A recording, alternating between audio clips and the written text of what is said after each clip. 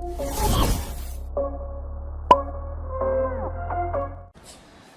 students, welcome to our new lecture based on the topic biomolecules. इस chapter में biomolecules में chemistry का भी पोर्शन है और बायो का भी पोर्शन। आप देख ही सकते हैं चैप्टर का नाम है बायोमोलिक्यूल्स। तो इसमें केमिस्ट्री वाला जितना पोर्शन है वो प्योर कॉन्सेप्चुअल पोर्शन है। रिएक्शंस ऑफ ग्लूकोज और ग्लूकोज से रिलेटेड और भी कई सारी इंफॉर्मेशन, तो वो सारा कार्बोहाइड्रेट वाला पूरा पोर्शन केमिस्ट्री का कॉन्सेप्चुअल पोर्शन। वो बायो का भी पोर्शन है बट केमिस्ट्री में उसको ज्यादा बेटर तरीके से एक्सप्लेन किया जाता है, रिएक्शन पार्ट को खास करके। और जितना भी बायो वाला पोर्शन है वो प्योर लर्निंग पोर्शन है। तो प्योर लर्निंग वाला जो पोर्शन है बायो का, वो अपने को एनसीईआरटी से लर्न करना है, प्लस यहाँ पर जो मैं टॉपिक्स बताऊंगा आपको वो आपको अच्छे से देख लेना है, और वो प्योर लर्निंग का है। तो मेनली वो आपको एनसीईआरटी से पढ़ लेना है और उसको लर्न कर लेना है। और अपने को बायोमोलिक्यूल में इस क्लास में अपने को क्या समझना है, कॉन्सेप्चुअल पोर्शन। हम पूरा कॉन्सेप्चुअल पोर्शन पे सबसे ज्यादा फोकस करेंगे क्योंकि उसी को समझने लायक है। बाकी जो लर्न करने वाला है वो तो आप लर्न करना ही है आपको एनसीईआरटी से। ओके, तो स्टार्ट करते हैं अपना चैप्टर। और हम लोग बायोमोलिक्यूल्स में स्टार्ट करते हैं कार्बोहाइड्रेट।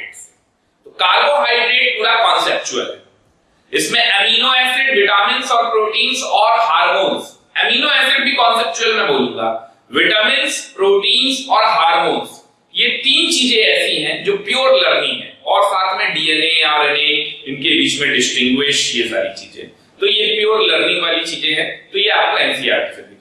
ओके, तो स्टार्ट करते हैं अपना बायोमोलिक्यूल चैप्टर। और हम लोग स्टार्ट करेंगे कार्बोहाइड्रेट्स। तो कार्बोहाइड्रेट्स क्या होते हैं मुझे ये जानना है। ओके, तो हेडिंग डाल देंगे कार्बोहाइड्रेट्स के लिए इंट्रोडक्शन। तो इंट्रोडक्शन कार्बोहाइड्रेट्स का। देखिए कार्बोहाइड्रेट्स आखिर हैं क्या? कार्बोहाइड्रेट्स तो क्या होते हैं कार्बोहाइड्रेट्स? कार्बोहाइड्रेट्स का मतलब ऐसे पॉलीहाइड्रोक्सी कार्बोनिल कंपाउंड जिनके पास कम से कम एक कायरल सेंटर हो। ओके, या फिर वो सभी कंपाउंड्स जो कि हाइड्रोलिसिस से कार्बोनिल कंपाउंड्स दे सके, हाइड्रोक्सी कार्बोनिल कंपाउंड दे सके। तो कार्बोहाइड्रेट क्या है? पॉलीहाइड्रोक्सी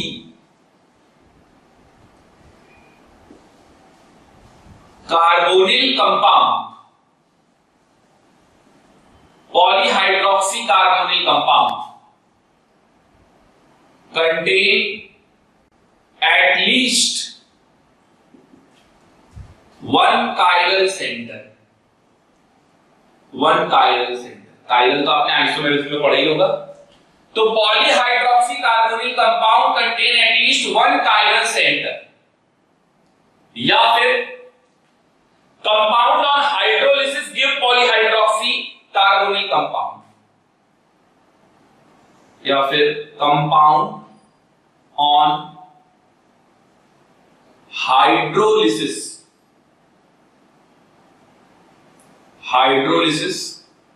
गिव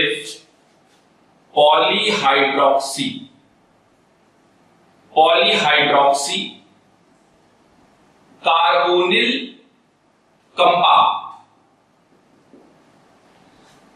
कोई पॉलीहाइड्रोक्सी कार्बोनिल कंपाउंड है और उसमें कायरल सेंटर है कम से कम, तो उसको हम क्या कहेंगे, कार्बोहाइड्रेट। या कोई कंपाउंड हाइड्रोलिसिस के थ्रू पॉलीहाइड्रोक्सी कार्बोनिल कंपाउंड दे दे, उसे भी हम क्या कहेंगे, कार्बोहाइड्रेट्स। ओके, तो कार्बोहाइड्रेट्स का जनरल फॉर्मूला क्या होता है? जितने कार्बोहाइड्रेट्स हैं, carbohydrate shows general formula CxH2O whole y। ये फॉर्मूला ये शो करते हैं। जैसे कि आप एग्जांपल में देखेंगे तो CxH2O whole y, अगर आप x की वैल्यू 6 लगा दीजिए तो C6 O6, ये क्या बन जाएगा? ग्लूकोज। ये फ्रुक्टोज भी हो सकता है, डिपेंड करता है कि फंक्शनल ग्रुप कौन सा लगा है। अगर एल्डिहाइडिक होगा तो ग्लूकोज होगा, अगर कीटोनिक होगा तो फ्रुक्टोज होगा, है ना। X की वैल्यू आप 6 से लगा दीजिए, C6, और Y की वैल्यू 5 लगा दीजिए, H10O5 होल N। ये स्टार्च हो सकता है। तो देखिए यहां पर X की वैल्यू क्या हो जाएगी? 6N, और Y की वैल्यू क्या हो जाएगी? 5N। तो ये सब एग्जांपल्स हो गए कार्बोहाइड्रेट के। बट ये जो फॉर्मूला आप देख रहे हो ना, CxH2O होल वाली, ये कोई बहुत ऑथेंटिक फॉर्मूला नहीं है। ऐसे कई सारे कंपाउंड्स हैं जो ये फॉर्मूला शो करते हैं, लेकिन वो कार्बोहाइड्रेट नहीं है। तो ये पॉइंट भी मेंशन कर लेंगे। Some compounds which shows this formula but they are not carbohydrate,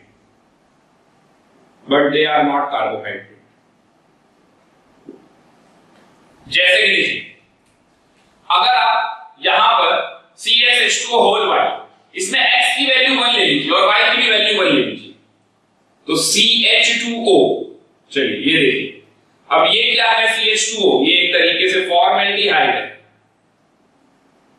formaldehyde है। और यहां पर आप देख सकते हैं कि X की वैल्यू 1 और Y की वैल्यू भी 1 ली गई है ना। बट ये कार्बोहाइड्रेट तो नहीं है।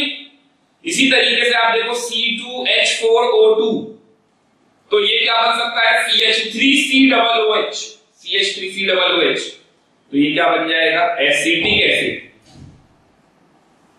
Acetic acid. यहां पर हमने X की वैल्यू 2 ले रखी है और Y की वैल्यू भी 2 ले रखी है, but they are not carbohydrates, they are not carbohydrates. Okay, तो ये कोई फॉर्मूला कोई ऑथेंटिक नहीं है। और मैं ऐसे भी कार्बोहाइड्रेट्स आपको गिना सकता हूं जो ये फॉर्मूला शो नहीं करते हैं और वो कार्बोहाइड्रेट्स हैं। तो ये पॉइंट भी इंपॉर्टेंट है।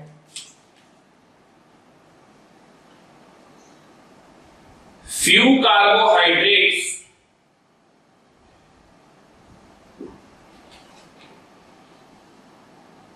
which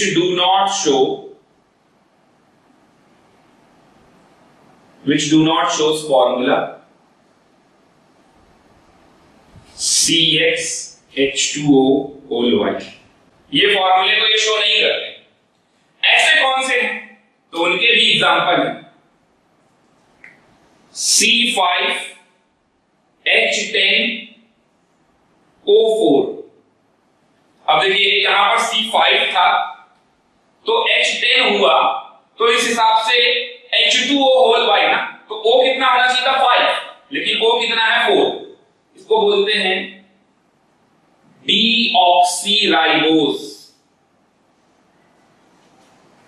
C6H12O5। अब C6H12 O6 हो जाता तो कार्बोहाइड्रेट में आ जाता, लेकिन और कार्बोहाइड्रेट अभी भी है, लेकिन तब ये जनरल फॉर्मूला शो करने लगता। कार्बोहाइड्रेट तो है लेकिन ये जनरल फॉर्मूला नहीं शो कर रहा। O5 है, इसका नाम है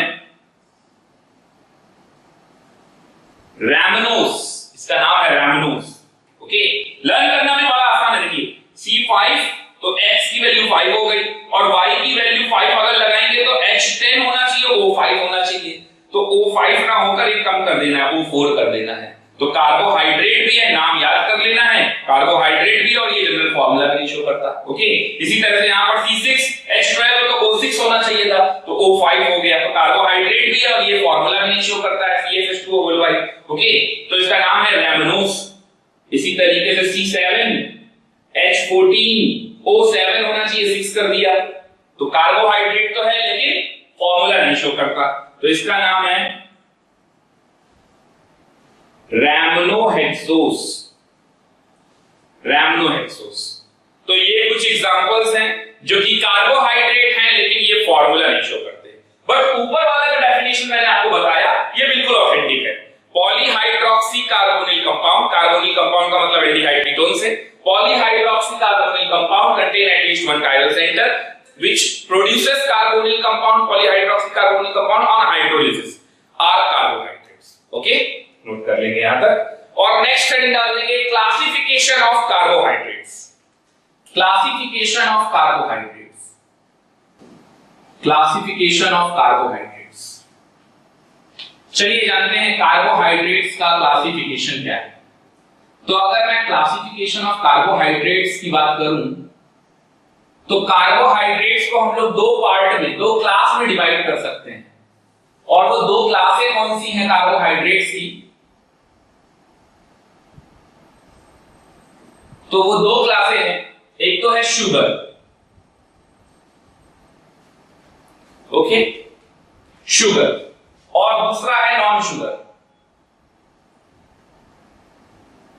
शुगर एंड नॉन शुगर। अब ये शुगर क्या होता है? नाम से ही पता चल रहा है, स्वीट इन टेस्ट। तो शुगर कैसा होता है? लिख लेंगे, sweet in taste, crystalline, crystalline होता है, okay, soluble in water, soluble in water, उसे कहते हैं शुगर। नॉन शुगर क्या होता है? एमॉर्फस होता है। ये कैसा होता है? एमॉर्फस, एमॉर्फस होता है, टेस्टलेस होता है, टेस्टलेस होता है, insoluble in water, insoluble in water, amorphous, tasteless, insoluble in water। और शुगर कैसा होता है? Sweet in taste, crystalline, soluble in water। Okay, अब आगे देखते हैं शुगर में क्या क्या कैटेगरीज हैं। तो शुगर के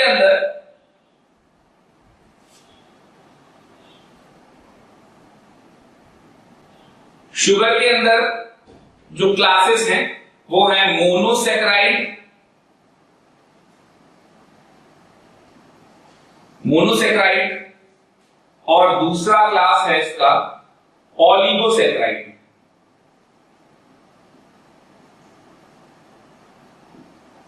ओलिगोसेक्राइड, मोनोसेक्राइड एंड ओलिगोसेक्राइड। और नॉन शुगर में क्या आता है? तो नॉन शुगर में आता है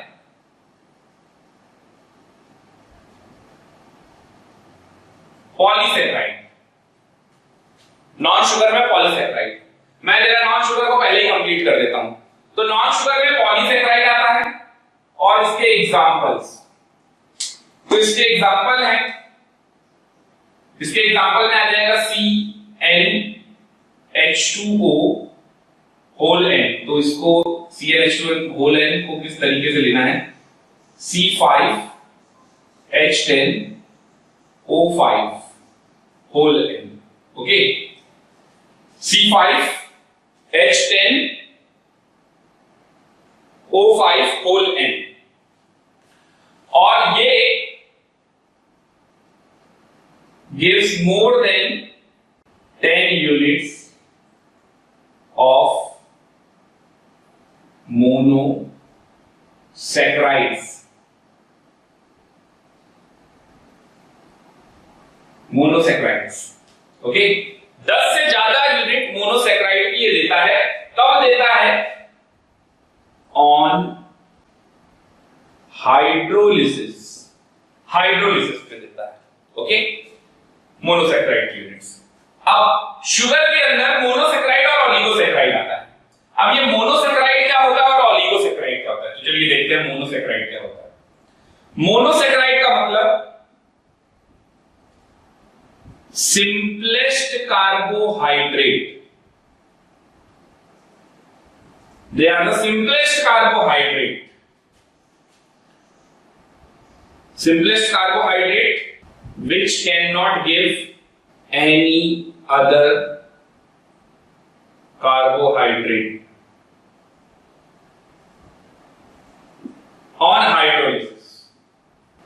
ऐसा कार्बोहाइड्रेट जो कि सबसे सिंपलेस्ट यूनिट है और जो बाद में कभी हाइड्रोलिसिस के थ्रू कभी सिंपलेस्ट कार्बोहाइड्रेट और नहीं जनरेट कर सकता, यानी वही सबसे सिंपलेस्ट यूनिट ऑफ कार्बोहाइड्रेट है। अगर आप उसकी हाइड्रोलिसिस कराएंगे तो और कोई नया स्मॉलेस्ट कार्बोहाइड्रेट नहीं मिलने वाला, कोई स्मॉलर यूनिट ऑफ कार्बोहाइड्रेट नहीं मिलने वाली, तो उसे कहते हैं monosaccharide.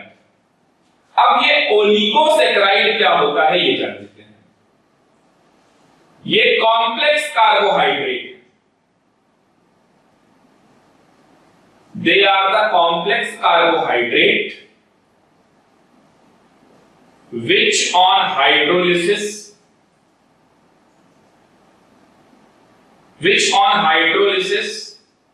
give 2 to 10 units of monosaccharide। अब आपको समझ में आ गया होगा, एक ऐसा सिंपलेस्ट कार्बोहाइड्रेट जिसकी दोबारा हाइड्रोलिसिस करके कोई कार्बोहाइड्रेट जनरेट नहीं कर सकते, मोनोसैकेराइड। ऐसे कॉम्प्लेक्स कार्बोहाइड्रेट जिनकी दोबारा हाइड्रोलिसिस करने पर वो 2 से 10 तक मोनोसैकेराइडिक यूनिट्स यानी सिंपलेस्ट कार्बोहाइड्रेट्स जनरेट कर सकते हैं, दिस इज कॉल्ड ओलिगोसैकेराइड। और ऐसे कॉम्प्लेक्स कार्बोहाइड्रेट जो कि हाइड्रोलिसिस के बाद 10 से ज्यादा यूनिट तक सिंपलेस्ट कार्बोहाइड्रेट यानी कि मोनोसैकेराइड जनरेट कर सकते हैं, they are called polysaccharide, non sugar. Okay, अब बात करते हैं हम लोग मोनोसैकेराइड के अंदर क्या होता है। तो मोनोसैकेराइड के अंदर, इसके अंदर ये सिंपलेस्ट कार्बोहाइड्रेट है, इसके अंदर भी 2 क्लासें बनाई गई। कौन कौन सी? एक तो एल्डोज और दूसरा है कीटोज। एक एल्डोज है और दूसरा कीटोज है। अब ये एल्डोज और कीटोज हैं क्या? तो एल्डोज नाम से ही पता चल रहा है एल्डिहाइडिक फंक्शनल ग्रुप होगा। वो सभी सिंपलेस्ट कार्बोहाइड्रेट जिसमें एल्डिहाइडिक फंक्शनल ग्रुप होगा उसे हम कहेंगे एल्डोज, और वो सभी सिंपलेस्ट कार्बोहाइड्रेट जिसमें कीटोनिक फंक्शनल ग्रुप होगा उन्हें हम कहेंगे कीटोज। जैसे कि ग्लूकोज कैसा है? एल्डोज होता है। एग्जांपल पे लिख लीजिएगा ग्लूकोज। जैसे कि यहां कीटोज, कीटोनिक फंक्शनल ग्रुप किसमें होता है? फ्रक्टोज में होता है। फ्रक्टोज में होता है कीटोनिक फंक्शनल ग्रुप। ओके, तो ये एल्डोज और कीटोज नाम की 2 क्लासें आ गई मोनोसैकेराइड के अंदर। ओलिगोसैकेराइड मैंने आपको पहले ही बता दिया, जो 2 से 10 यूनिट तक मोनोसैकेराइड यूनिट दे सके ऑन हाइड्रोलिसिस। तो ओलिगोसैकेराइड कितने टाइप के होते हैं? ओलिगोसैकेराइड कितने टाइप के होते हैं ये भी जान लेते हैं। तो ओलिगोसैकेराइड में डाइसैकेराइड, ड्राइसैकेराइड, ट्राइसैकेराइड,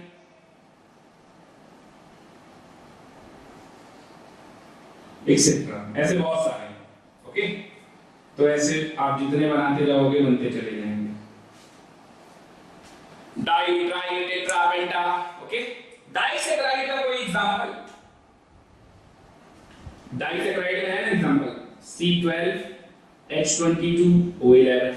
बताइए, आप इसको शुगर भी बोल सकते हैं, है ना, माल्टोज भी बोल सकते हैं, तो ये शुक्रोज, शुक्रोज है। ट्राइसैकेराइड C18 C16 H32 O6, C18 H32 O16, इसको बोलते हैं रैफिनोज। ओके, ऐसे ही बनते चले जाएंगे। तो ये रैफिनोज एग्जांपल हो गया इसका ट्राइसैकेराइड का। 3 यूनिट्स ऑफ मोनोसैकेराइड दे सकता है। ओके, तो सबसे पहले तो आप ये क्लासिफिकेशन वाला पूरा चार्ट नोट कर लीजिए, पूरा बना लीजिए। तो अब हम चलते हैं अपने अगले टॉपिक पे और नेक्स्ट हेडिंग डाल देंगे स्टीरियोकेमिस्ट्री ऑफ कार्बोहाइड्रेट्स। तो नेक्स्ट हेडिंग है स्टीरियोकेमिस्ट्री ऑफ कार्बोहाइड्रेट्स। देखिए, कार्बोहाइड्रेट्स में अपने पास 2 क्लासें हैं on the basis of functional group. एक तो एल्डोज क्लास हो गई और दूसरी कीटोज। तो कार्बोहाइड्रेट में जो 2 क्लासें हैं वो कौन कौन सी हैं? एक तो एल्डोज और दूसरी कीटोस। तो एल्डोस का मतलब अभी आपको बताया था जिसमें एल्डिहाइडिक फंक्शनल ग्रुप हो, जिसमें एल्डिहाइडिक फंक्शनल ग्रुप होता है उसे हम क्या कहते हैं, एल्डोस। और जिसमें कीटोनिक फंक्शनल ग्रुप होता है उसे हम क्या कहते हैं, कीटोस। ओके, तो सबसे छोटा यूनिट कार्बोहाइड्रेट का क्या होगा, तो ये एल्डोस से स्टार्ट करते हैं हम लोग। तो एल्डोस में सबसे छोटा आता है एल्डोट्रायोस। ओके, अब ये एल्डोट्रायोस का मतलब क्या होता है, तो हेडिंग डालेंगे आप, एल्डोट्रायोस। अब ये एल्डोट्रायोस क्या होता है, एल्डोट्रायोस का मतलब एल्डिहाइडिक फंक्शनल ग्रुप होना चाहिए, और ट्रायोस का मतलब हो गया 3 कार्बन। तो 3 कार्बन का होगा, तो देखिए CHO CH2OH, और ये एक लग गया H और एक लग गया ये OH, तो ये भी एक कार्बन है। और यहां पर देखेंगे तो ये कायरल सेंटर भी है, तो कायरल सेंटर भी है, पॉलीहाइड्रोक्सी एल्डिहाइड कीटोन में भी दिख रहा है। तो ये कार्बोहाइड्रेट है और ये कार्बोहाइड्रेट में एल्डोट्रायोस है। ओके, इसका नाम है ग्लिसरैल्डिहाइड, ग्लिसरैल्डिहाइड। अभी मैं आपको समझाने क्या वाला हूं, स्टीरियो केमिस्ट्री में मैं आखिर आपको क्या समझाने वाला हूं। तो स्टीरियो केमिस्ट्री में मैं आपको कंपाउंड और उसके कितने ऑप्टिकल आइसोमर बन जाएंगे, उसके मिरर इमेज क्या होंगे, यही सारी बातें हम करने वाले हैं। तो आप देख सकते हैं कि अगर यहां पर एक कायरल सेंटर है, कोई भी प्लेन ऑफ सिमेट्री नहीं है, तो इसका मतलब ये कंपाउंड ऑप्टिकली एक्टिव है, और ये कंपाउंड अगर ऑप्टिकली एक्टिव है तो इसका मिरर इमेज भी बन जाएगा। और इसका मिरर इमेज कैसा बनेगा, इसका मिरर इमेज जो हम बनाएंगे वो कुछ ऐसा होगा। अब C उल्टा बनेगा, ये सब आप करते रहना, ये कोई पूछने नहीं आ रहा आपसे। मेन चीजें क्या पूछी जाएगी, ये OH राइट में है तो इसका मिरर इमेज में ये लेफ्ट में हो जाएगा, ये H इधर है तो इधर हो जाएगा, और अभी भी कायरल सेंटर तो है, तो ये भी ग्लिसरैल्डिहाइड है, ये वाला भी ग्लिसरैल्डिहाइड।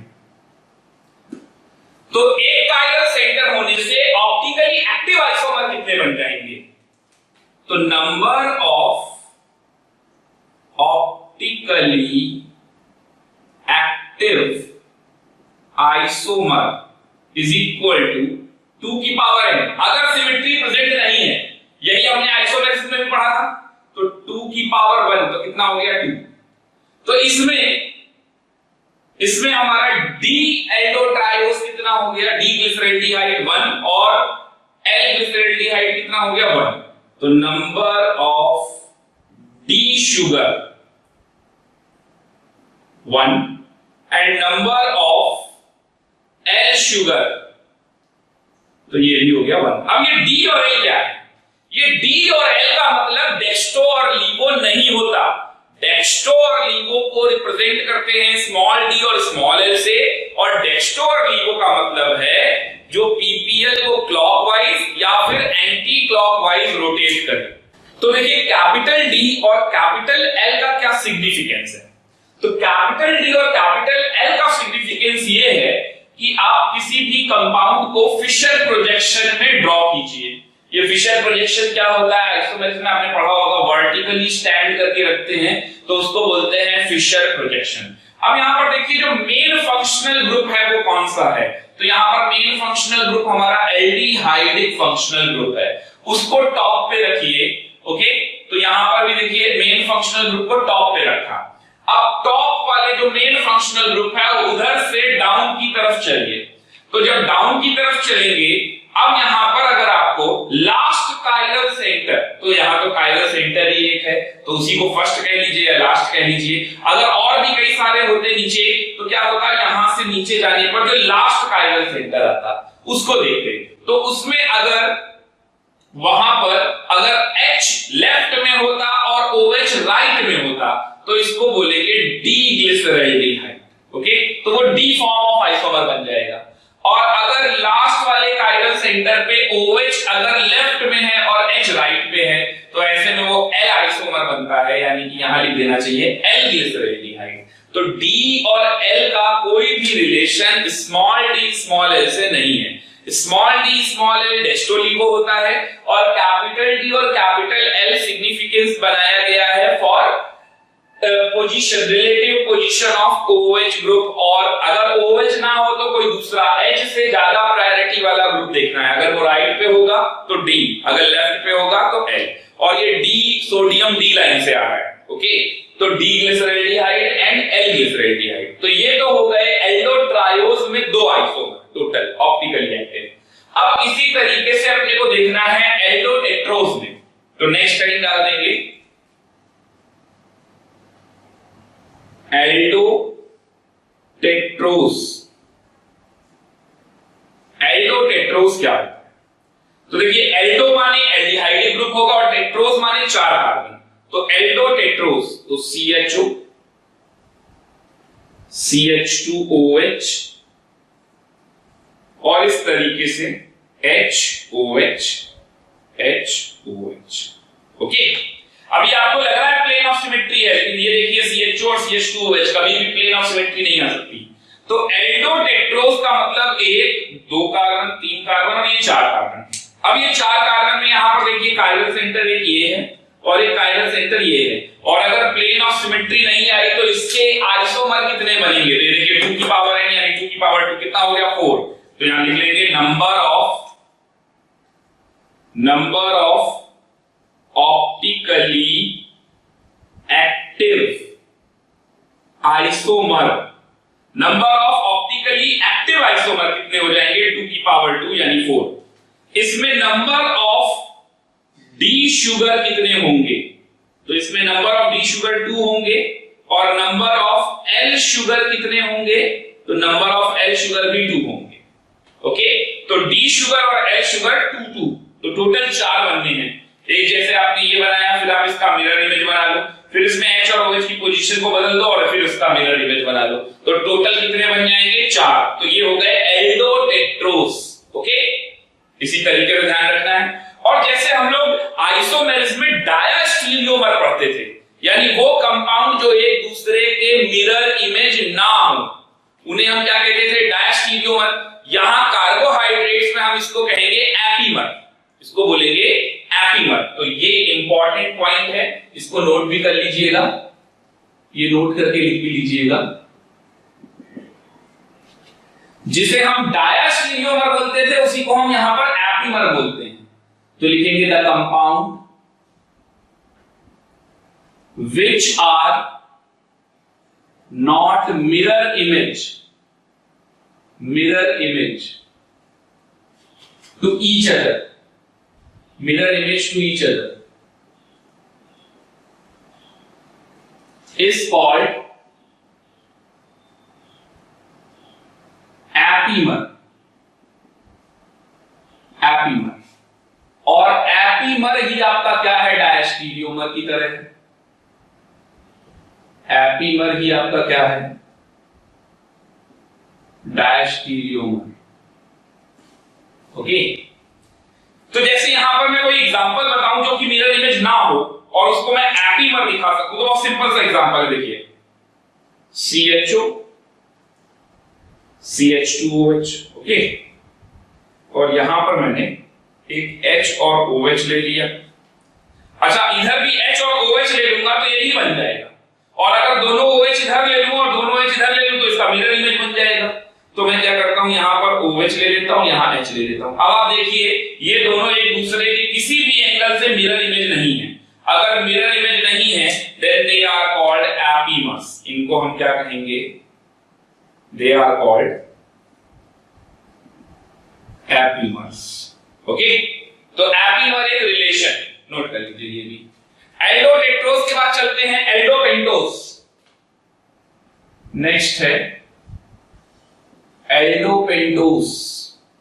तो अब इसी तरीके से सारे हैं। एल्डोपेंटोज में क्या होगा? एल्डोपेंटोज में 5 कार्बन होंगे। 5 कार्बन में से अगर 5 कार्बन होंगे तो देखिए 5 कार्बन आपको कैसे बनाने? CHO और ये CH2OH। तो देखिए ये 1 और 2 और बीच में 3 कार्बन, तो H H H OH OH OH, यही पोजीशंस लगती जाएंगी। और देखिए कायरल सेंटर कितने हो गए? तो chiral centre 1 2 3, number of chiral centre 3 हो गए, तो ऑप्टिकली एक्टिव कितने हो गए 2 की पावर 3 यानी 8। इसमें डी शुगर कितने हो जाएंगे 4, और एल शुगर कितने हो जाएंगे वो भी 4, तो टोटल हो गए 8 एल्डोपेंटोज। ओके, नेक्स्ट लास्ट आते हैं एल्डोहेक्सोस में। एल्डोहेक्सोस, तो एल्डोहेक्सोस में कितने कार्बन होंगे 6, जैसे ग्लूकोज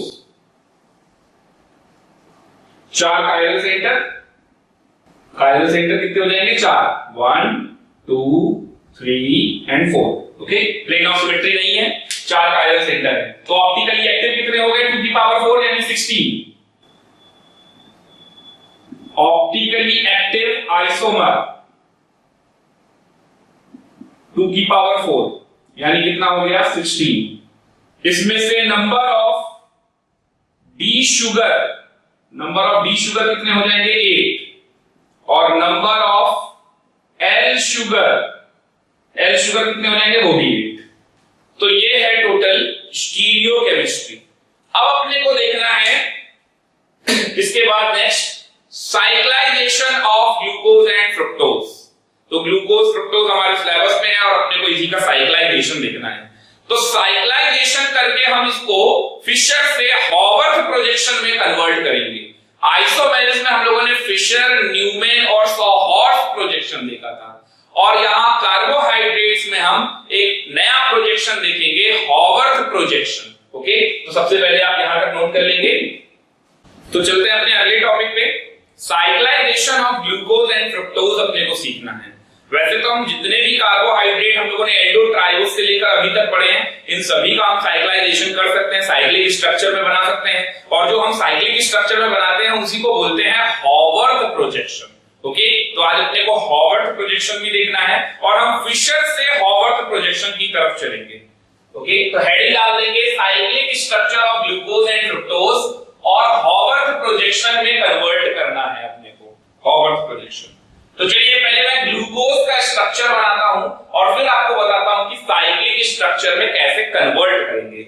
और इससे भी पहले आपको यह बात जान लेनी चाहिए कि साइक्लिक में 2 ही टाइप के स्ट्रक्चर बन सकते हैं। साइक्लिक स्ट्रक्चर 2 ही टाइप के बनते हैं। कौन कौन से? साइक्लिक स्ट्रक्चर की 2 क्लासें, कौन कौन सी? तो पहला है पाइरानूस,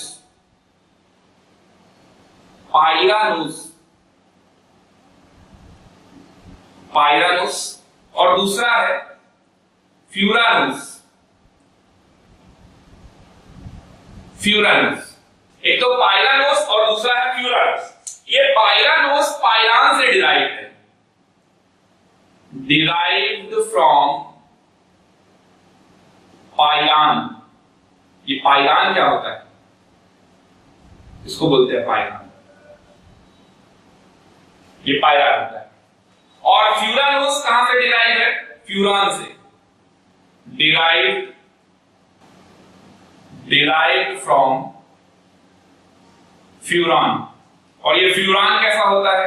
ऐसा होता है।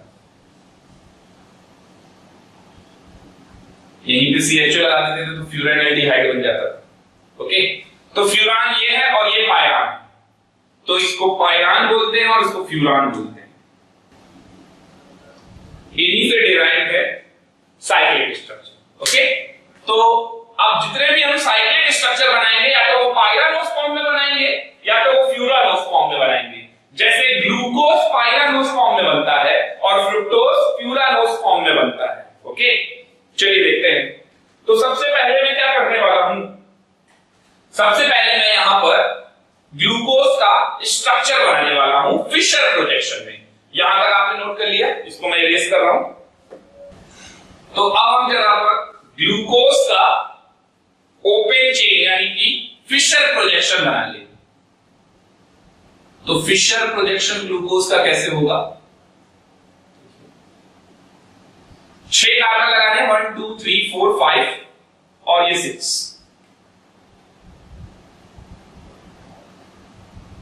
बल्कि लास्ट वाले को आप CH2OH भी कह सकते हो। ओके, तो ये HOH 1 2, थर्ड वाले में ग्लूकोज में चेंज होता है, इस तरफ आ जाता है OH, ये आपको याद रखना चाहिए। फिर फोर्थ में ऐसे ही HOH, फिर फिफ्थ में ऐसे ही HOH और लास्ट वाला CH2OH।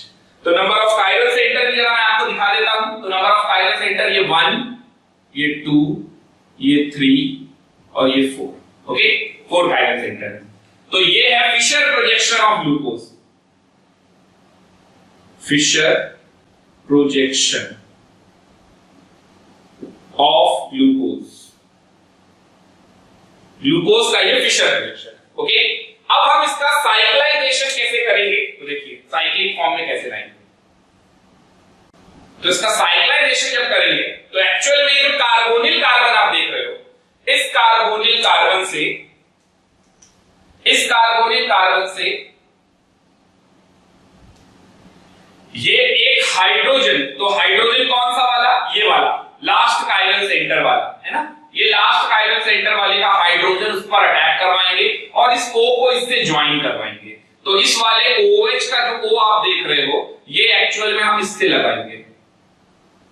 ओके, और यहां पर H लगाएंगे, यहां वाले पर H लगाएंगे। तो इस तरीके से हम इसको कन्वर्ट करेंगे साइक्लिक फॉर्म में। तो साइक्लिक फॉर्म में किस तरह से कन्वर्ट हो रहा है समझ में आ रहा है आपको? मैं आपके लिए फ्रेश इधर बगल में बना दे रहा हूं। तो इसको तो ऐसे ही रहने देते हैं हम लोग, OH लगा के। तो ये बगल में बना देता हूं, कैसे बनेगा। तो ये H, ये मैं बता देता हूं। जब आप इस बॉन्ड को ब्रेक करेंगे तो ये वाला O इस कार्बन पे अटैक कर जाएगा और ये O पे माइनस आएगा तो ये OH लग जाएगा। तो इस वाले में लग जाएगा OH और इधर इससे ज्वाइन कर देंगे हम लोग ये O इससे। और इस वाले कार्बन को हम बोलते हैं, जहां फंक्शनल ग्रुप पे अटैक हो रहा है ऑक्सीजन का, इस पे अटैक हो रहा है, और ये कार्बोनिल कार्बन वाले को, इसको बोलते हैं एनोमेरिक कार्बन। एनोमेरिक कार्बन, ये एनोमेरिक कार्बन। ये साइक्लिक स्ट्रक्चर नहीं है, अभी तो हम इसका हॉवर्ड प्रोजेक्शन बनाएंगे। अभी तो मैंने फिशर में ही आपको बताया ऐसे दिखा देंगे। ओके, अब जरा इसका हम बनाते हैं हॉवर्ड प्रोजेक्शन। तो चलिए देखते हैं हॉवर्ड प्रोजेक्शन अपने को बनाना है। तो मैंने आपको पहले ही बताया कि हॉवर्ड प्रोजेक्शन में कौन सा वाला फॉर्म बनेगा। हॉवर्ड प्रोजेक्शन में ये फॉर्म बनेगा पायरानोज। तो पायरानोज स्ट्रक्चर बनाना है अपने को। तो चलिए वो भी बना के देख लेते हैं। तो इधर से ये पायरानोज स्ट्रक्चर बनाने जा रहा हूं मैं।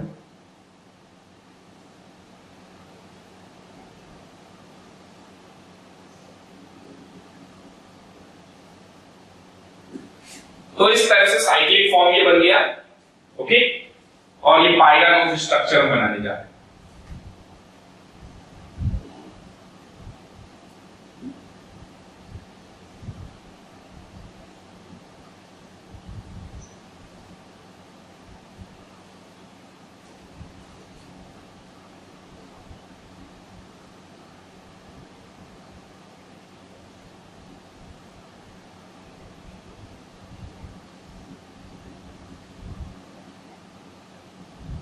दो फॉर्म बनेंगे, इसलिए मैंने दोनों फॉर्म दिखा रखे। चलिए, तो किस तरीके से ग्रुप्स फिशर से हॉवर्ड प्रोजेक्शन में कन्वर्ट होंगे। तो हॉवर्ड प्रोजेक्शन में जो कन्वर्ट होंगे, एक बात आपको ध्यान रखनी है, नोट करके लिख भी लेंगे।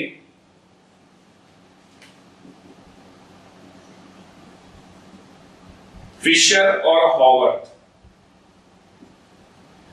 फिशर में जो ग्रुप राइट में है, जो ग्रुप राइट में है वो हॉवर्ड में डाउन चला जाएगा, और जो ग्रुप लेफ्ट में है वो अप चला जाएगा। लेफ्ट वाला अप और राइट वाला डाउन। ओके, फिशर से हॉवर्ड जाने पे। तो चलिए देखते हैं, यहां पर मुझे ये O मैंने बना लिया, और अब मैं स्टार्ट कर रहा हूं पहले कार्बन से। पहला कार्बन मैं इसको दे रहा हूं, यहां से स्टार्ट कर रहा हूं पहला। ओके, 1 2 3 4 5 और ये 6th कार्बन। तो चलिए देखते हैं। तो पहले वाले में H कहां पर है? लेफ्ट में, और OH कहां है? राइट में। तो मैंने H को ऊपर बनाया, H को ऊपर बनाया, और OH को राइट में डाउन पे बना दिया, राइट वाले को डाउन पे बना दिया। तो ये H हो गया और ये नीचे OH हो गया। चलिए सेकंड कार्बन पे आते हैं। तो ये राइट में है, तो राइट वाला कहां होता है? राइट वाला डाउन पे होता है, तो ये नीचे OH और ऊपर H। ओके, फिर इधर आते हैं तो आप देखिए यहां पर OH ऊपर और H नीचे। फिर इधर वाले पे आते हैं तो यहां पर देखिए ये H ऊपर और OH नीचे। फिर इधर वाले पे आते हैं तो इसके साथ जुड़ा हुआ है H और CH2OH, तो H और CH2OH, ये बनाया CH2OH और ये बनाएंगे H। आप कोई लेफ्ट राइट का पंगा नहीं है तो ऐसे ही बनाते हैं CH2OH और H। ओके, तो ये बन गया साइक्लिक फॉर्म। और इसका दूसरा जो साइक्लिक फॉर्म होगा उसमें सारे ग्रुप की पोजीशन एक ही जैसी होगी, सिर्फ ये जो पहला कार्बन आप देख रहे हैं पहले नंबर का 1 2 3 4 5 और ये 6 कार्बन, तो जो पहले वाले का देख रहे हैं सिर्फ इसकी पोजीशन बदल जाएगी, बाकी सब कुछ सेम रहने वाला है। तो इसमें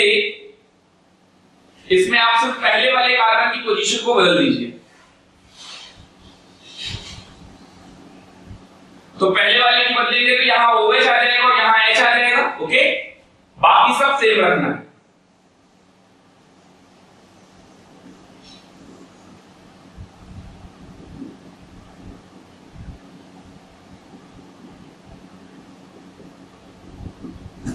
ये बन गया। ओके, तो ये है साइक्लिक प्रोजेक्शन। तो ये साइक्लिक में कौन सा आ गया? Howarth projection. तो इसको लिख भी लेंगे हॉवर्थ प्रोजेक्शन।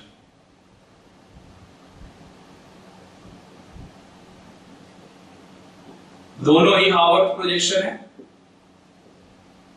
ये हॉवर्थ प्रोजेक्शन। ओके, अब ये जो दो अलग अलग बनाए हैं इनको कैसे डिस्टिंग्विश करेंगे? इनको डिस्टिंग्विश करना भी आसान है। इसको बोलते हैं alpha D glucose, alpha D glucose, alpha D glucose. और इस वाले को बोलते हैं beta D glucose, beta D glucose. अब ये अल्फा डी ग्लूकोज और बीटा डी ग्लूकोज कैसे आया? देखिए, डी तो इस वजह से पढ़ रहा था, डी की वजह क्या थी? जो लास्ट कायरल सेंटर था, तो जरा देखिए last chiral centre top functional group को अप में रख दिया फिशर प्रोजेक्शन में और वहां से सबसे नीचे गए, तो लास्ट कायरल सेंटर ये है और इस लास्ट कायरल सेंटर में OH कहां पर है? राइट में, इसलिए डी आया और दोनों फॉर्म में ही डी आया। अब ये अल्फा और बीटा का क्या पंगा है? तो अल्फा और बीटा क्यों लग रहा है? देखिए, अल्फा तब बोलेंगे जब इस एनोमेरिक, पहले ढूंढिए एनोमेरिक कार्बन कहां? ये, यानी एनोमेरिक कार्बन ये जिससे O जुड़ा हो और OH निकला हो। तो इस कार्बन से O जुड़ा है और OH निकला है, तो इस कार्बन को आप क्या बोल रहे हो? Anomeric carbon. ओके, ये कार्बन को भी यही बोलेंगे एनोमेरिक कार्बन, एनोमेरिक कार्बन। इस एनोमेरिक कार्बन में जो हाइड्रोक्सिल ग्रुप लगा है, तो इसमें अगर हाइड्रोक्सिल ग्रुप डाउन पे होगा तो आप अल्फा बोलोगे, और अगर एनोमेरिक हाइड्रोक्सिल ग्रुप अप पे होगा तो आप बीटा बोलोगे। तो एनोमेरिक हाइड्रोक्सिल ग्रुप डाउन तो alpha, anomeric hydroxyl group up तो बीटा, इसलिए बना है alpha D glucose and beta D glucose, and they are known as anomers. इन्हीं को हम बोलते हैं anomers, they are known as anomers. Anomers क्यों है? क्योंकि इनमें एनोमेरिक कार्बन की ही पोजीशन बदली हुई है, इसलिए इनको बोलते हैं एनोमर्स। और एक और इंपॉर्टेंट बात, इंपॉर्टेंट पॉइंट है, नोट करके लिख लेंगे। एक टर्म है म्यूटा रोटेशन, अभी हम साइक्लाइजेशन के बाद यही पढ़ने वाले हैं। म्यूटा रोटेशन कौन शो करता है? तो म्यूटा रोटेशन वही शो कर सकता है जिसके पास एनोमेरिक हाइड्रोक्सिल ग्रुप हो, वही म्यूटा रोटेशन शो करता है। तो लिख लेंगे the carbohydrate which has anomeric hydroxyl group shows म्यूटा rotation, वही शो करेगा म्यूटा रोटेशन। ओके, और जिनके पास एनोमेरिक हाइड्रोक्सिल होते हैं वही होते हैं reducing sugar. Okay, they are also called reducing sugar. Anomeric hydroxyl वाले को ही क्या बोलते हैं? Reducing sugar. Anomeric hydroxyl group जिसके पास होगा वही कहलाएगा रिड्यूसिंग शुगर, और जिसके पास नहीं होगा वो क्या कहलाएगा? Non reducing sugar. तो रिड्यूसिंग शुगर और नॉन रिड्यूसिंग शुगर एग्जांपल्स में आते हैं, पूछे जाते हैं, इनमें से स्ट्रक्चर बना के पूछेगा कौन सा रिड्यूसिंग शुगर है कौन सा नहीं है। तो जिसके पास एरोमेरिक हाइड्रॉक्सिल ग्रुप होगा वो रिड्यूसिंग शुगर, जिसके पास एरोमेरिक हाइड्रॉक्सिल ग्रुप होगा वही शो करेगा म्यूटा रोटेशन। ओके, तो ये दोनों इंपॉर्टेंट पॉइंट है। एपीमर मैंने आपको बताया जो डायस्टीरियोमर जैसा होता है वैसे ये एपीमर होता है। इसके बाद मैंने आपको एनोमेरिक कार्बन बताया। एनोमेरिक कार्बन यानी जो मेन फंक्शनल ग्रुप है उस पर जब हाइड्रॉक्सिल ग्रुप का अटैक होता है तो उस वाले कार्बन को एनोमेरिक कार्बन बोलते हैं। उससे जुड़ा हुआ हाइड्रॉक्सिल ग्रुप को क्या बोलते हैं? एनोमेरिक हाइड्रॉक्सिल ग्रुप को तो इससे एनोमेरिक कार्बन से जो जुड़ा हुआ हाइड्रॉक्सिल ग्रुप होगा तो वही शो करेगा म्यूटा रोटेशन और वही होगा रिड्यूसिंग ग्रुप। ओके, तो एनोमेरिक हाइड्रॉक्सिल ग्रुप अगर डाउन होगा तो क्या बताया मैंने आपको? अल्फा। एनोमेरिक हाइड्रॉक्सिल ग्रुप अगर अप होगा तो क्या बोलेंगे उसको? बीटा। तो alpha D glucose and beta D glucose. तो पहले यहां तक आप नोट कर लीजिए जल्दी से। नेक्स्ट हेडिंग डाल देंगे म्यूटा रोटेशन। म्यूटा रोटेशन, देखिए म्यूटा रोटेशन का मेन कॉज तो मैंने आपको पहले ही बता दिया। जिन कार्बोहाइड्रेट्स में एनोमेरिक हाइड्रॉक्सिल ग्रुप होंगे वो म्यूटा रोटेशन शो करेंगे। तो इसका मेन कॉज क्या है? Main cause is anomeric hydroxyl group. Hydroxyl group, anomeric hydroxyl group ही इसका मेन कॉज है। ओके, म्यूटा रोटेशन का। अब देखिए आखिर ये म्यूटा रोटेशन होता क्या है? ये जो आपने अल्फा डी ग्लूकोज और बीटा डी ग्लूकोज बनाया है इसका प्योर में ऑप्टिकल रोटेशन क्या होता है? Specific rotation in pure form. तो इसका स्पेसिफिक रोटेशन भी लिख लीजिएगा, स्पेसिफिक रोटेशन थीटा। इसका स्पेसिफिक रोटेशन होता है 112.2 डिग्री। ओके, इस वाले का अल्फा डी ग्लूकोज का, और बीटा वाले का 18.7। तो इसको भी लिख लेंगे beta D glucose specific rotation theta. तो इसका स्पेसिफिक रोटेशन थीटा होगा 18.7 डिग्री। ओके, तो ये दोनों पॉइंट है इंपॉर्टेंट, ये नोट कर लीजिए। स्पेसिफिक रोटेशन इन दोनों का इतना इतना है। ओके, तो म्यूटा रोटेशन आखिर है क्या? तो देखिए अल्फा डी ग्लूकोज की हम करेंगे हाइड्रोलिसिस तो ओपन में आ जाएगा, ओपन चेन में, और फिर उसके बाद वो चला जाएगा ओपन चेन से ही वो बीटा डी ग्लूकोज हाइड्रोलिसिस के थ्रू जा सकता है। तो ये बीटा डी ग्लूकोज पे चला जाएगा। तो अल्फा डी ग्लूकोज हाइड्रोलिसिस लिखने की कोई खास जरूरत नहीं है। Alpha D glucose open chain में इक्विलिब्रियम होता है, और ओपन चेन और बीटा डी ग्लूकोज में भी होता है beta D glucose.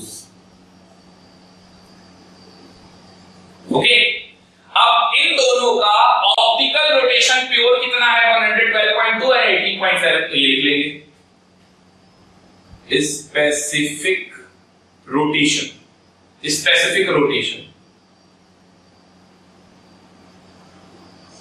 Theta 112.2 degree, और यहां पर स्पेसिफिक रोटेशन थीटा 18.7। ओके, ये प्योर फॉर्म में है, ये भी याद रहे, ये प्योर होता है, प्योर का होता है। प्योर अल्फा डी का रोटेशन 112.2 और प्योर बीटा डी ग्लूकोज का रोटेशन 18.7। ओके, अब ये कितना परसेंट ये मिक्सचर इक्विलिब्रियम पे एग्जिस्ट करता है? तो एट इक्विलिब्रियम ये अप्रोक्सीमेटली 36% एग्जिस्ट करता है, और ये एट इक्विलिब्रियम ये अप्रोक्सीमेटली 64% एग्जिस्ट करता है। हालांकि मैंने इन दोनों को राउंड ऑफ किया है क्योंकि इस वाले का भी परसेंटेज है 0.02%। अब आप समझ ही सकते हो कितना छोटा है, तो इनको राउंड ऑफ करने से ही आया। ओके, ये मत समझिएगा ये तो 100 हो गया, ये कहां से आया? तो वो इनको राउंड ऑफ किया है, इस वजह से थोड़ी बहुत एरर है और वही यहां पर बन रहा है 0.02%। तो इक्विलिब्रियम पर 36% क्या होता है अल्फा डी ग्लूकोज और 64% क्या होता है बीटा डी ग्लूकोज। अब इन दोनों के मिक्सचर का ऑप्टिकल रोटेशन कितना होता है? इन दोनों के मिक्सचर का ऑप्टिकल रोटेशन होता है 52.7 डिग्री। तो ये भी पॉइंट नोट कर लेंगे, optical rotation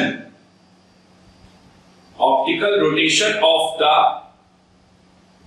mixture at equilibrium वो होता है 52.7 डिग्री के आसपास, 52.7। ओके, तो ये optical rotation of the mixture. अब बात करते हैं म्यूटा रोटेशन क्या होता है। अल्फा डी ग्लूकोज की इंफॉर्मेशन मिल गई, ऑप्टिकल रोटेशन प्योर का 112.2, इक्विलिब्रियम पे परसेंटेज 36%।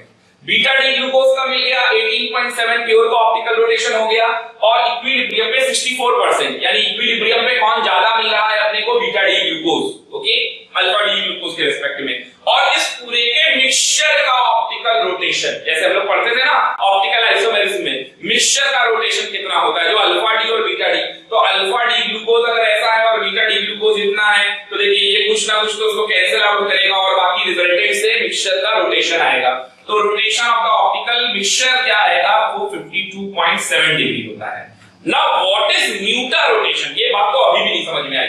म्यूटा रोटेशन का कॉज समझ में आ गया, लेकिन म्यूटा रोटेशन क्या होता है ये नहीं समझ में आया। तो चलिए वो लिख लेते हैं। म्यूटा रोटेशन क्या होता है? जब हम प्योर अल्फा डी ग्लूकोज को वाटर में डिसॉल्व करेंगे, प्योर अल्फा डी ग्लूकोज को हम वाटर में डिसॉल्व करेंगे, तो इसका रोटेशन, ऑप्टिकल रोटेशन 112.2 से इक्विलिब्रियम मिक्सचर यानी कि 52.7 डिग्री तक जाएगा। इसी बात को कहते हैं म्यूटा rotation.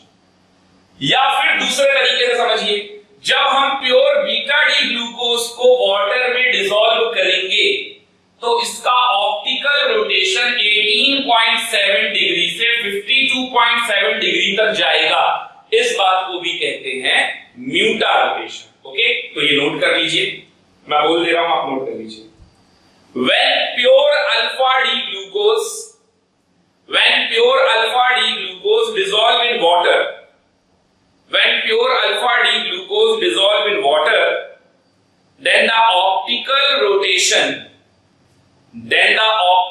rotation move from 112.2 degree to 52.7 degree. This is called म्यूटा rotation. This is called म्यूटा rotation. और दूसरे तरीके से क्या बोल सकते हैं? तो अगला पॉइंट लिख लेंगे, when pure crystal of beta D glucose dissolve in water,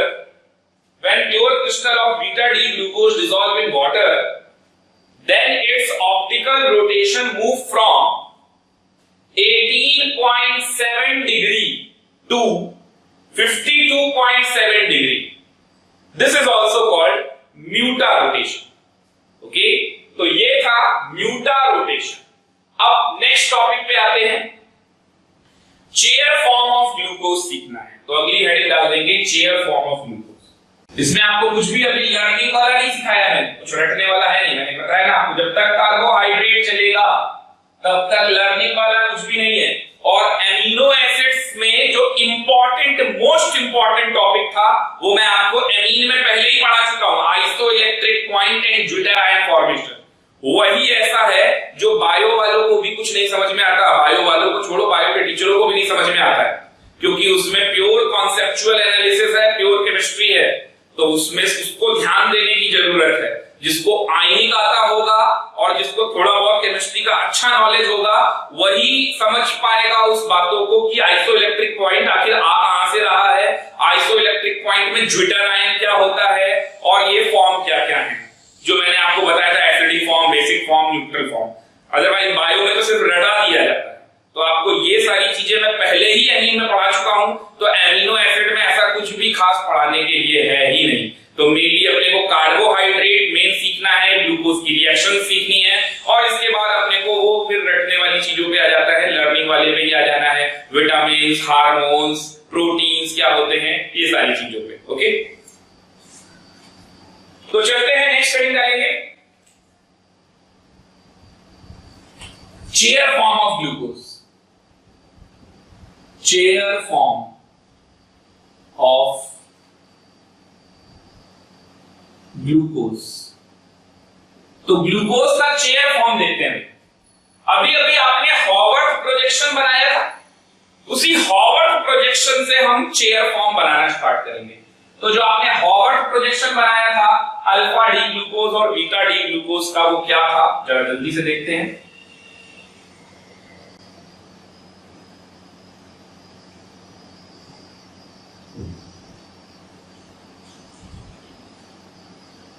अब तो थोड़ा बहुत समझ में आ गया होगा। H और OH, OH डाउन में था, अल्फा डी की बात कर रहा हूं, अल्फा डी ग्लूकोज, ठीक है। फिर क्या था, ये फर्स्ट कार्बन था, सेकंड में H और OH, थर्ड में OH ऊपर था, H नीचे था, फोर्थ में H और OH, और फिफ्थ में CH2OH ऊपर और H नीचे। ओके, 1 2 3 4 5 6, ये नंबरिंग लिख लीजिए।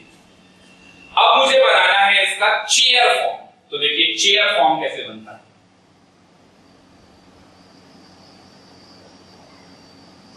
चेयर फॉर्म कैसे बनेगा, देखिए दो पैरेलल लाइन बनानी है। अगर आपने आइसोमेरिज्म में पढ़ रखा है बहुत अच्छी बात है, फिर तो मुझे कुछ सिखाने की जरूरत नहीं। और अगर नहीं पता है तो आप देखिए दो पैरेलल लाइन ऐसे बनाएंगे, फिर ऐसे बनाना है आपको। अब इस वाली पैरेलल लाइन के रिस्पेक्ट में इधर, और इस वाली पैरेलल लाइन के रिस्पेक्ट में अब इधर पैरेलल लाइन इस तरीके से बना देंगे। तो देखिए ये दोनों पैरेलल होनी चाहिए, ये दोनों पैरेलल होनी चाहिए, ये दोनों पैरेलल होनी चाहिए, ये बन गया चेयर फॉर्म। बाकी डिजाइन बनाने के लिए लोग और भी बनाते हैं, एग्जाम में आपको क्वेश्चन इसी फॉर्म में दिए जाएंगे, इसी फॉर्म में आपको पता होना चाहिए। चलिए अब देखिए यहाँ पर ये 6 कार्बन है, बट अपने को एक ऑक्सीजन दिखाना है, तो एक ऑक्सीजन आप यहाँ पर दिखा दीजिए। चलिए यहाँ पर हो गया। अब हम स्टार्ट करेंगे 1 नंबर कार्बन से, तो 1 2 3 4 5। ओके, यहां से स्टार्ट करेंगे। तो एक तरफ ये 5 के ऊपर CH2OH 6 नंबर है ना कार्बन, तो हम वैसे ही लगा देंगे। चलिए अब समझते हैं यहां से यहां कैसे जाएंगे।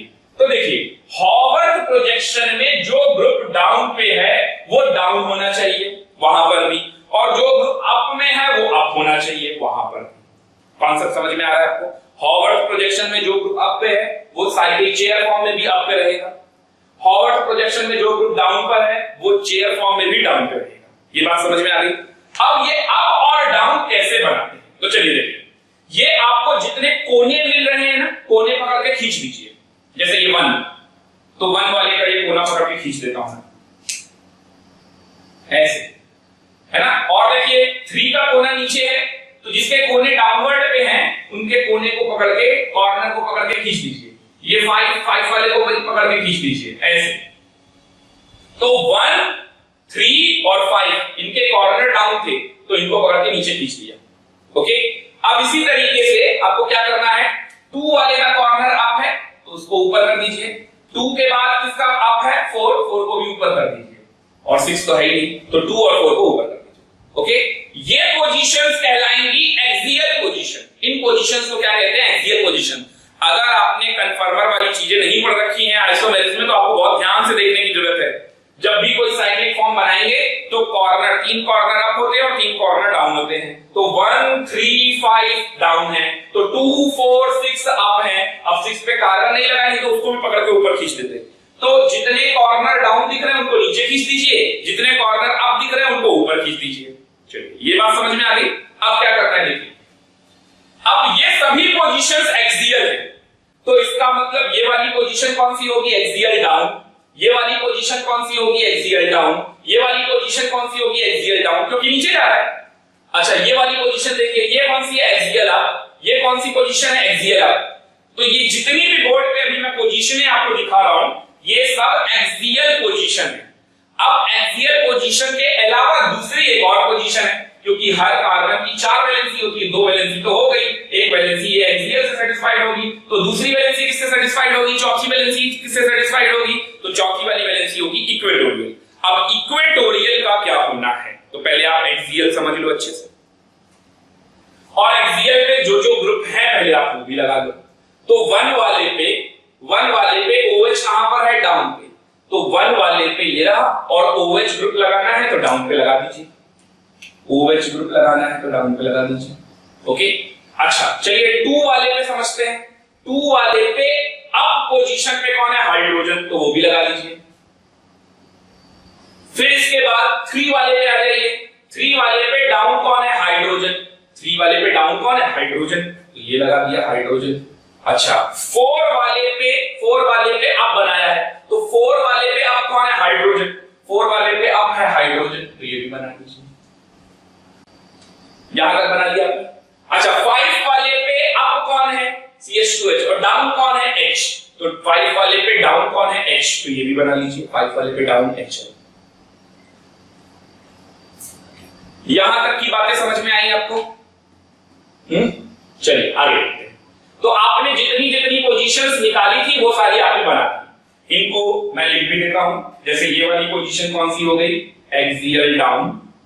ये वाली पोजीशन भी एक्सियल डाउन। ये ब्लू वाली जितनी भी एक्सियल डाउन पोजीशन है, और ये रेड से जितने बना रहे हैं ये आप एक्सियल अप बना रहे हैं, एक्सियल अप, एक्सियल अप। ये सब मैं इसलिए बना रहा हूं ताकि आपको ज्यादा बेटर तरीके से समझ में आ जाए इक्वेटोरियल, और अलग अलग कलर से बनाएंगे तो ज्यादा बेटर रहेगा, आपको समझ में ज्यादा आएगा। ओके, चलिए अब बात करते हैं इक्वेटोरियल पोजीशन की।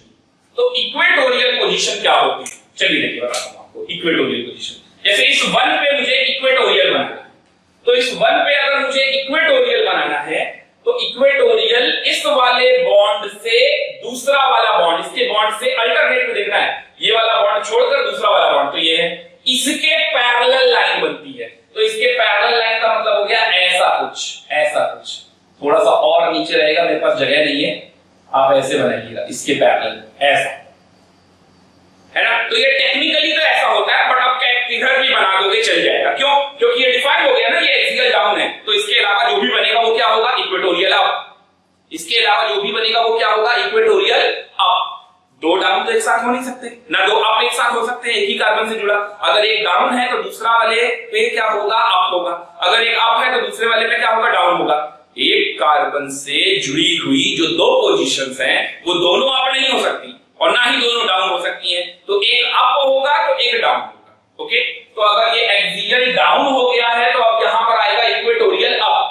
तो इक्वेटोरियल अप में कौन आएगा, जरा देखिए, इक्वेटोरियल अप में आएगा H, तो ये हो गया इक्वेटोरियल अप। अपवर्ड एरो का मतलब अप, ओके, E का मतलब इक्वेटोरियल, A का मतलब एक्सियल। ओके, चलिए नेक्स्ट आते हैं, इक्वेटोरियल अप हो गया।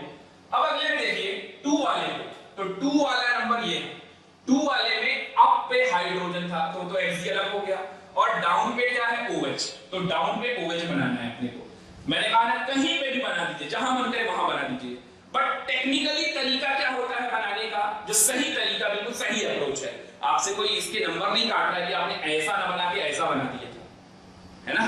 तो देखिए नेक्स्ट क्या है, 2 वाला, तो 2 वाले में ये बॉन्ड छोड़ दीजिए, फिर ये वाला बॉन्ड है तो इसके पैरेलल बनाना है ये, तो ये 2 वाले पे क्या बन जाएगा, OH, तो ये क्या हो गया, इक्वेटोरियल डाउन।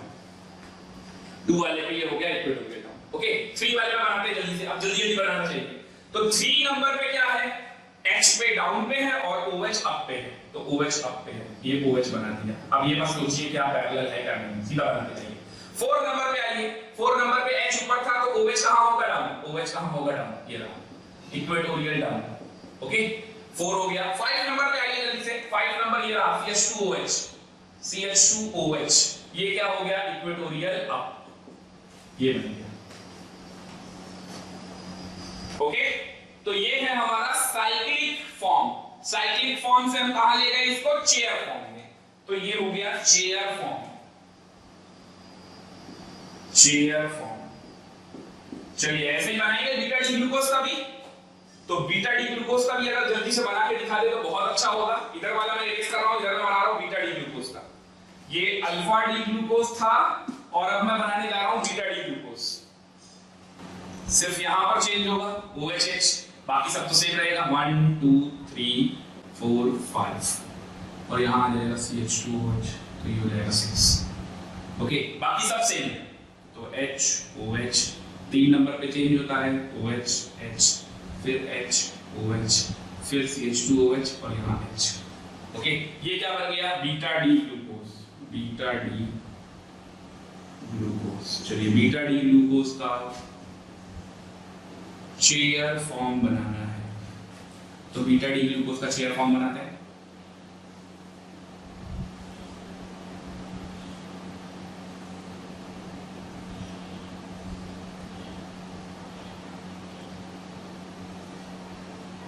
हुआ ओके, अब यहां पर भी क्या करना है, आपको वही काम करना है। तो सबसे पहले नंबरिंग कर देते हैं, तो 1 2 3 4 5। यहां पर भी उन्हीं कलर से बनाता हूं मैं।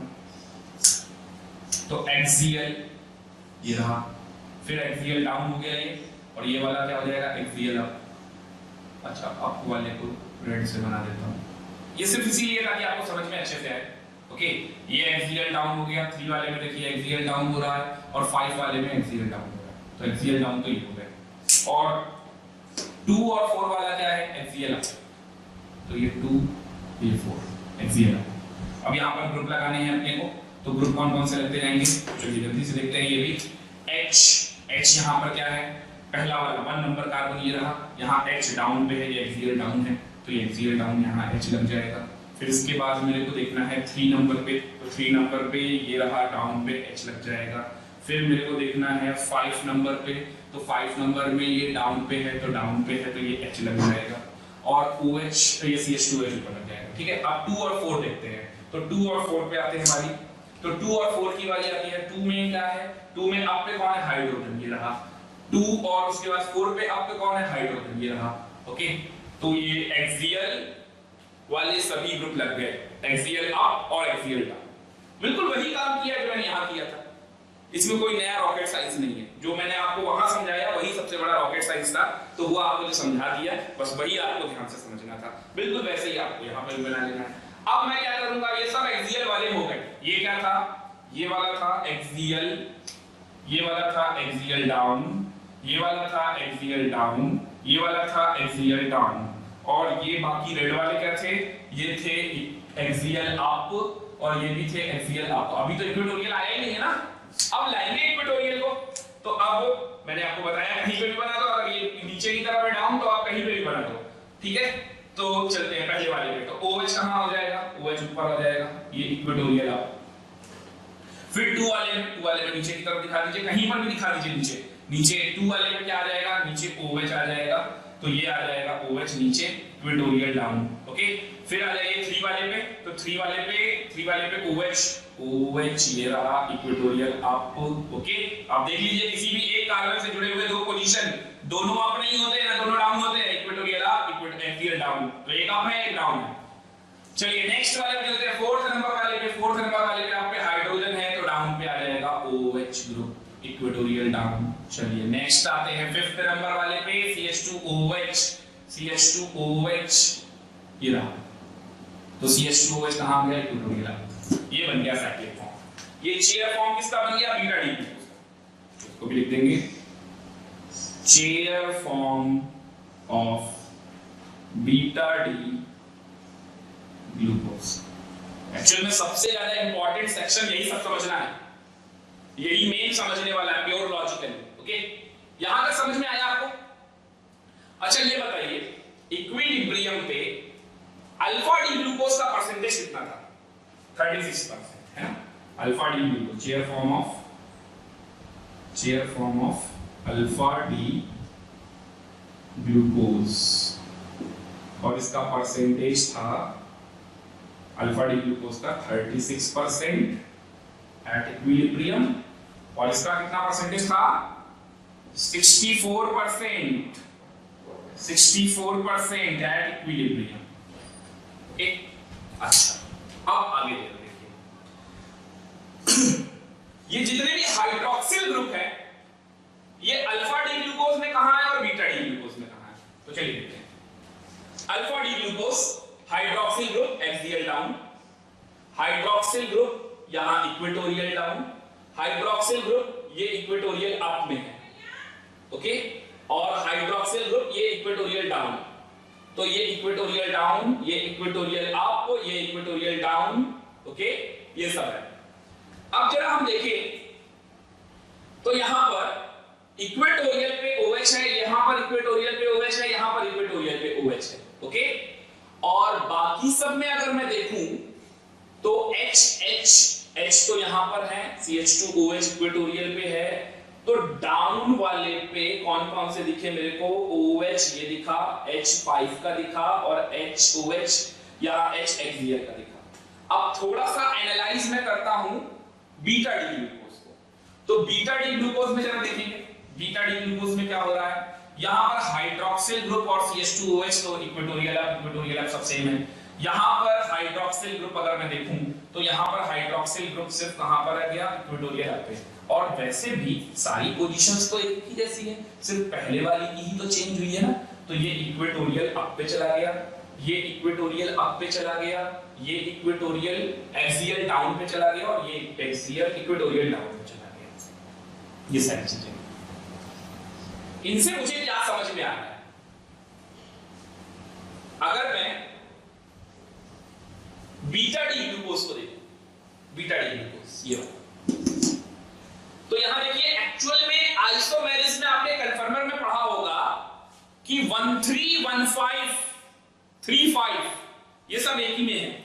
देखिए कौन कौन सा मैं बताने जा रहा हूं आपको, 1 3 और 5 ये सब एक ही डायरेक्शन में है ना, axial down axial down axial down axial down axial down. और इसी तरीके से देखिए 2 कहां है, 2 ये रहा, 2 का एक्सियल अप, 4 का एक्सियल अप, ये सब एक ही डायरेक्शन में। तो इनमें अगर बल्की ग्रुप लगा देंगे तो इसको बोलते हैं डाई एक्सियल रिपल्शन, ओके। तो यहां पर H है और H का डाई एक्सियल रिपल्शन बिल्कुल ना के बराबर होता है, ओके। ये चेयर फॉर्म में एक के पीछे एक ऐसे करके रखे होंगे, तो अगर ऐसे करके रखे होंगे तो इनके बीच में क्या होता है, डाई एक्सियल रिपल्शन। अब सोचिए अगर यहां पर बल्की ग्रुप लगा देंगे तो ये एक दूसरे के साथ क्या होंगे, टकराएंगे, हिंड्रेंस प्रोड्यूस करेंगे, तो डाई एक्सियल रिपल्शन की वजह से कंपाउंड क्या हो जाएगा, लेस स्टेबल। अब आप यहां पर देखिए तो यहां पर आपको H, ये वाला H और ये वाला H, यानी जो सेम डायरेक्शन में ग्रुप लगे हुए हैं इनके बीच में रिपल्शन बहुत कम है, ना के बराबर है, ओके। और अगर यहां पर देखेंगे सेम डायरेक्शन में तो ये भी ग्रुप क्या है, कम है, ना के बराबर है। इक्वेटोरियल पोजीशन जस्ट अपोजिट होता है तो उससे कोई मतलब ही नहीं है। डाई एक्सियल रिपल्शन, मैंने नाम ही आपको क्या बताया, डाई इक्वेटोरियल रिपल्शन नाम का कुछ होता ही नहीं है। तो डाई एक्सियल रिपल्शन की वजह से स्ट्रेन डेवलप होता है और वही चेयर फॉर्म के स्टेबिलिटी या अनस्टेबिलिटी के लिए रिस्पांसिबल होता है, ओके। तो दो टाइप के स्ट्रेन आपने पढ़े हुए होंगे, torsional strain and van der वाल स्ट्रेन। वैन डर वाल strain is due to the bulkiness of the group and torsional strain theta, जो एंगल है ना डाई एक्सियल ये रिपल्शन, इसकी वजह से ये टॉर्शनल स्ट्रेन। तो यहां पर स्ट्रेन डेवलप होने वाला है, तो स्ट्रेन इनमें तो नहीं दिख रहा, बिल्कुल कम है, यहां पर भी कम दिख रहा है। अच्छा जरा अल्फा डी ग्लूकोज में देखते हैं, 1 3 और 5 H ये तो वैसे ही है, लेकिन यहां OH है तो यहां पर रिपल्शन कुछ होगा, यहां पर कुछ ना कुछ रिपल्शन होने वाला है, ओके। अच्छा दूसरी चीज, और आप H बॉन्डिंग मत बनाने लगिएगा कि इसका वो इसके H से H बॉन्डिंग बने, इतनी ज्यादा बुद्धि नहीं लगानी है। ये हाइड्रोजन कोई फॉर्म से नहीं जुड़ा हुआ है, फ्लोरीन ऑक्सीजन ये वाले से नहीं जुड़ा हुआ है, ओके। ये भी ध्यान रखना है, तो कोई H बॉन्डिंग वाला दिमाग नहीं लगाएगा कोई। तो इनमें कोई डाई एक्सियल रिपल्शन इसमें थोड़ा बहुत हो रहा है, उससे तो ज्यादा हो रहा है। अच्छा यहां पर देखें तो यहां पर तो कुछ भी नहीं, यहां तो वैसे ही है। तो यहां पर कुछ डाई एक्सियल रिपल्शन बढ़ा जिस वजह से इसका परसेंटेज क्या है, कम, और यहां पर डाई एक्सियल रिपल्शन कुछ भी नहीं है जिस वजह से इसका परसेंटेज क्या है, ज्यादा, ओके। तो इसीलिए beta D glucose is more stable than alpha D glucose. Point note कर लीजिएगा, beta D glucose is more stable than alpha D glucose. This is because of di axial repulsion, this is because of di axial repulsion, okay. अब समझ में आ गया आपको। तो आज का ये लेक्चर हम यहीं पे एंड करते हैं, आज के लिए इतना ही, ओके। Thank you.